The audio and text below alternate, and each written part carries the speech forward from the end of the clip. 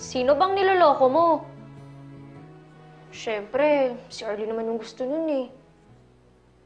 Si Arlene, maganda, mayaman, sosyal, edukada.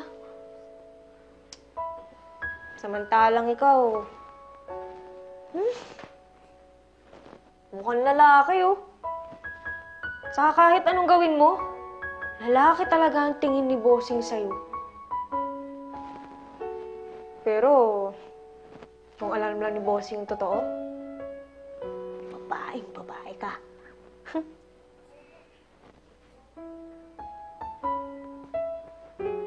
Uy!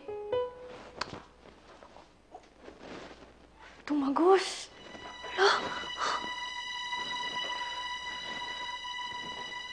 Wala pa naman akong dalang ibang damit. Ano gagawin ko? Ay, teka.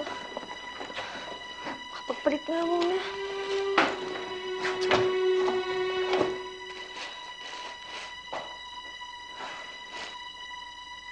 Matagal ka pa?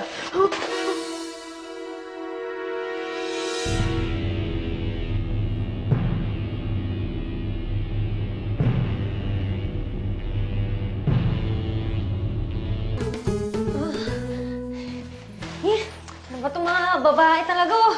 Magamit nila Bossing. Ba't meron ka niya, Nandi? Oo eh. Bossing. Kasi, si Maylin eh. Si Maylin ho kasi, Bossing. Hinihiram ho kasi itong gamit ko minsan. Eh, nakakaiwan ho ng gamit. Kay Maylin.